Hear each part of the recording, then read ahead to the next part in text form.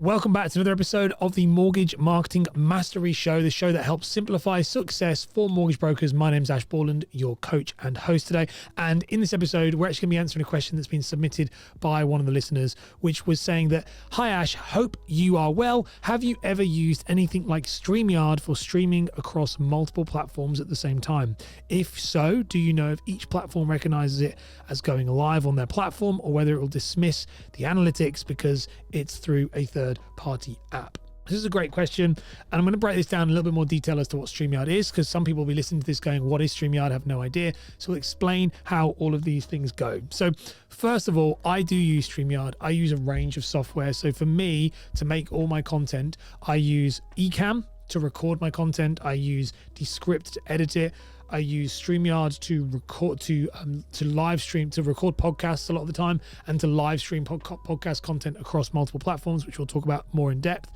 And I've been using StreamYard for many years, like very long time, and actually have quite a few relationships and close relationships with some of the people who actually work there and who are the content creators and spokespeople and marketing directors within that company. So I know a lot about it, which I'm happy to talk about. So first of all, like I said, StreamYard is good. Now, what is StreamYard? StreamYard is effectively an all-in-one place to record your content. It is a live streaming studio, but it allows you to do so much more. So you are able to multi-stream and multicast, across multiple platforms. You're also able to brand up your content completely. It changes the colors. You can bring in guests. You can add in fonts. You can add in overlays. You can add videos. You can even add B-roll. And if you live stream as well, you're able to interact and engage with people and bring up their comments on screen so they feel heard. And you can also screen share. You can do lots of stuff, very similar actually to the type of content I'm making now. And what it allows you to do is multicast again to multiple platforms. Now, the good thing about StreamYard as well is it does have a record only function as well, which means that you are able to use it to record podcasts without having to be live. This is actually the way that I use it for the Mortgage Maverick show, is that I use it to re-record our podcasts and then they get scheduled out, and that show is 6 months in advance a lot of the time, 5 to 6 months in advance. So that those people, they come on the show, I'm able to record it, and then they sit in a folder, and then we live stream them back out later. So there's a great way of doing that. Now, how would this work for mortgage brokers? It's very useful, live streaming for mortgage brokers. There's lots of great ways you can use it. So for live streaming for mortgage brokers, especially with StreamYard, you can do things like you can do FAQs/Q&A. You could do an FAQ/Q&A, which would be where you would answer specific questions through that live stream. And if you wanted to, then you can then answer those FAQs, and then people can also ask their own questions. This can be really good if you have a large enough audience or a potential following as a mortgage broker. Really good for industries or niches in sectors like buy-to-let or places where there's community, because that can really help. So FAQ live streaming is great. It's also really good, like I said, the other reason you can use it for is you can do it for podcasting. So if you have a podcast, then a podcast can be a great way for using StreamYard.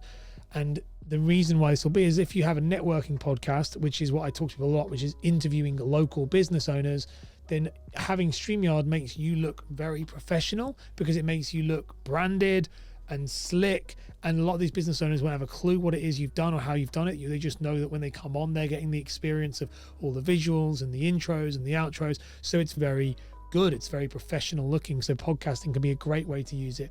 It can also be a really good way, if I'm honest with you, for normal content. So normal content is another great way for you to use StreamYard if you wanted to. They actually do now vertical portrait. Can't even spell that. So vertical and portrait. I'm trying to write this down on a whiteboard for people listening to this. Ain't working. Landscape and portrait. They actually allow you to do this now if you wanted to as well.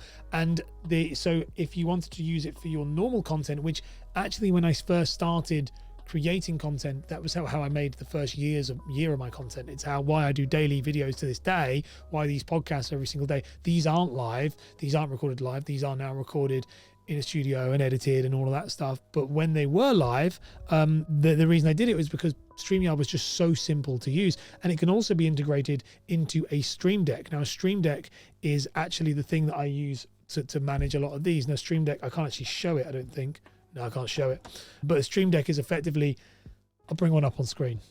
So a Stream Deck is effectively just a small deck of buttons that you can program in to effectively just press. Now you'll see this when I'm making mine, shifting between screen shares and stuff. I use these all the time. I actually have the Excel version, and I've got this on screen here if you want to look at it. If you're listening, come and check us out on YouTube.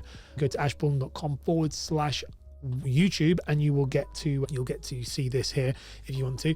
Now Stream Decks are great, and you can integrate these into your StreamYard if you want to as well, and that speeds up things even easier, makes things a lot easier to progress and to speed up the editing process. So Stream Decks and StreamYard, great combo. I actually have a video on this as well, but brilliant way of using it. So StreamYard is an awesome tool for people to have. As I said, it's also that pre-recorded multi-streaming platform, which is what I love. So it's the multi-stream, which means that it will stream to live stream to Facebook, can now go to Instagram, can go to YouTube, can go to LinkedIn. It can go loads of places. So the ability to be able to be on all places all at once, and we know the power of omnipresence, I talk about it so much in this show, is omnipresence is the thing. So the ability to be able to do that is huge. So let's go and answer the question then that you had, which was about analytics and does it count? So the problem you have with analytics is, so the first answer is yes, they will count it. As of right now, when recording this, yes, right now it's fine. Facebook and places like that are trying to clamp down on third-party software, but that's more for scheduling into groups, and it's more for scheduling posts. Live streams, however, if you're live streaming, they will not, I don't think they'll do that anytime soon, because the software that they bring, these StreamYards, and so StreamYard, Riverside is another one, Restream is another one, Ecamm is another one, which is the one I use for this. These softwares allow people to have a better experience on their platform. I'd be very shocked if they didn't.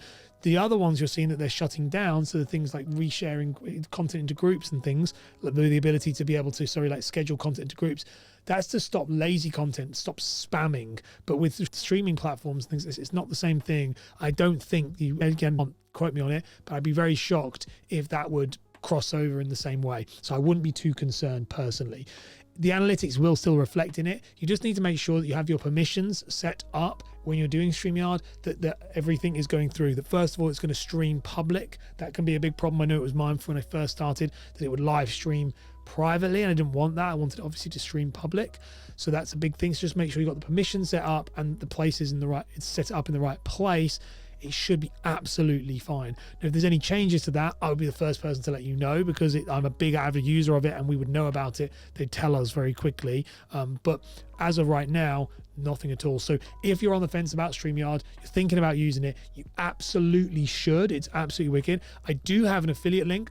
That not really intended to use this for, I just really use it for clients, but because we're talking about it, I have an affiliate link, and I think it will give you 2 weeks free of the top plan, from what I remember completely. So if you want to use that, I'll link it in the, actually just go to ashbourne.com/StreamYard, and I'll also link it in the show notes, but ashbourne.com/StreamYard, and you'll be able to get that link, that deal for you there. So you'll be able to use that if you want to, and just to try it out. So if you're a broker here and you're thinking, should I give it a go or should I not?